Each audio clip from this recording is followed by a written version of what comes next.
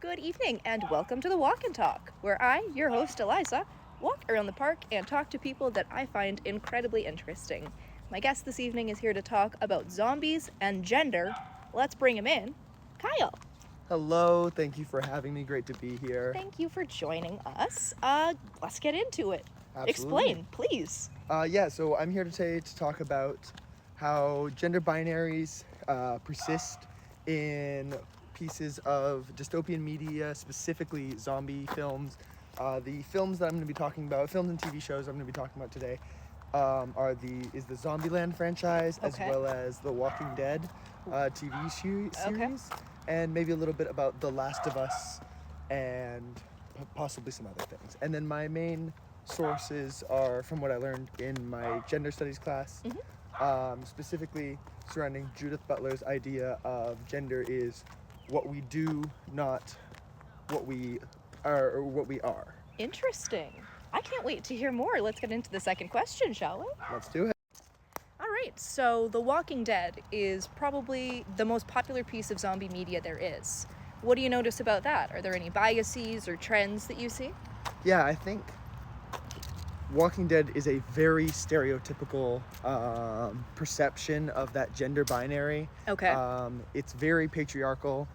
The men are these big, strong, tough guy leaders, like Rick Grimes is like this tough sheriff who takes no BS and keeps people safe at any cost. Okay. While the women stay and do things. They clean. They take care of the children and the young and the animals. Okay. They do all of these things that keep them in these same roles that they were in before the apocalypse happened, whereas men are taking on these big survival roles and taking on all these new challenges.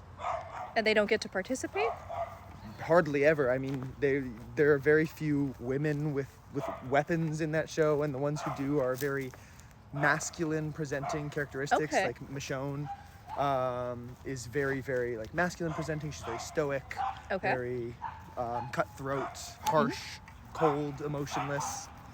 And it presents a lot with the other masculine characters as well. So how does that influence the way that she's treated by the group? She's given a similar amount of power because of her masculine presentation, but it's always less than the other men sitting at the table, just because she's almost like an honorary man in the hierarchy of the Walking Dead group. So why do you think that happens? Well, I think a lot of it is just on the patriarchal lens that we view media under, just as a whole, and how media is created. We live in a very patriarchal society, and a society where, especially when some of these older forms of zombie genres were created, the demographic is mostly for men, and so because of that, it's catering to a more masculine, focused, and prioritizing mindset. Oh, I see what you're saying. So do you think then that maybe there is a connection between gender and zombies? I think there's a huge connection between gender and zombies. In the first episode of The Walking Dead, we see Rick, while he's looking around through these cars in the very opening scene, a little girl is walking around, and she's very cute. She's holding a little stuffed animal, and Rick goes to go help. She's like, you all right, little girl? Where are your parents? And she turns around, and she's this horribly deformed zombie girl who's been half eaten and stuff. Ooh. And it's super horrific. And the whole purpose of that is it shows such a pure, innocent thing. A little girl is this picture of innocence and pacifism, and it's this small little cute creature, and instead it's taken and brutalized and tainted. And I think just that alone, the fact that they chose specifically a little girl for that, whereas it wouldn't have been nearly as impactful if it was a man in his 40s turning around and looking at us. Okay. And so I think that's a great example of how intertwined zombies and gender are. Okay, interesting. So gender norms and zombies are super connected. I never would have guessed that. All right. So you talked about gender being how we act rather than what we are. Do you think Michonne is an example of somebody who does this well, or what? I think Michonne does as good a job as we've kind of seen in these mainstream zombie media. Okay. I think she uses gender as an action to her advantage. She acts more masculine, and because of this, she's given more masculine privileges within the group. But I still think she's kind of adhering to some of the rules of, like, you know, of the place of gender roles, which I think is still regressive in a sense. Interesting.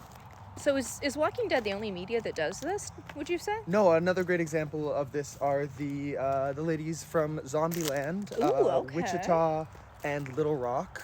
They're a sibling duo, sister duo, who use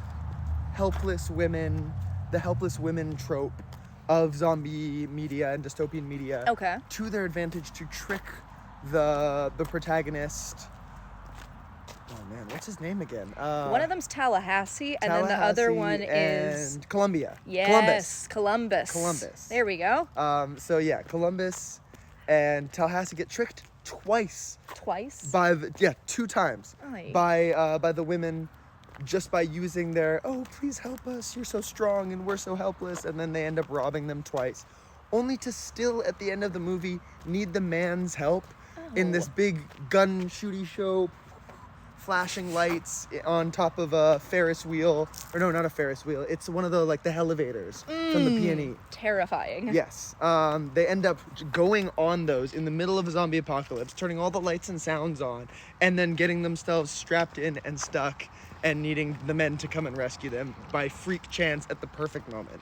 Because And of course. it just completely ruins the idea they were going for of women using it to their advantage for Yeah. once in zombie literature rather than being taken advantage of. Oh, that sounds so frustrating. It is for otherwise. It's a great movie. I love that movie, but it has its drawbacks, just like every piece of zombie media that I have researched, unfortunately. Okay. Is there a silver lining to all this? Do you think there is a future where dystopia and gender norms and zombies can have a different kind of relationship and representation? Of course, I think there's always room for growth, and it takes people, you know, hearing about it and talking about it and having these walk and talk discussions about it, to be able to bring that idea to life and make it a reality, a future that we can actually see rather than just one we talk about.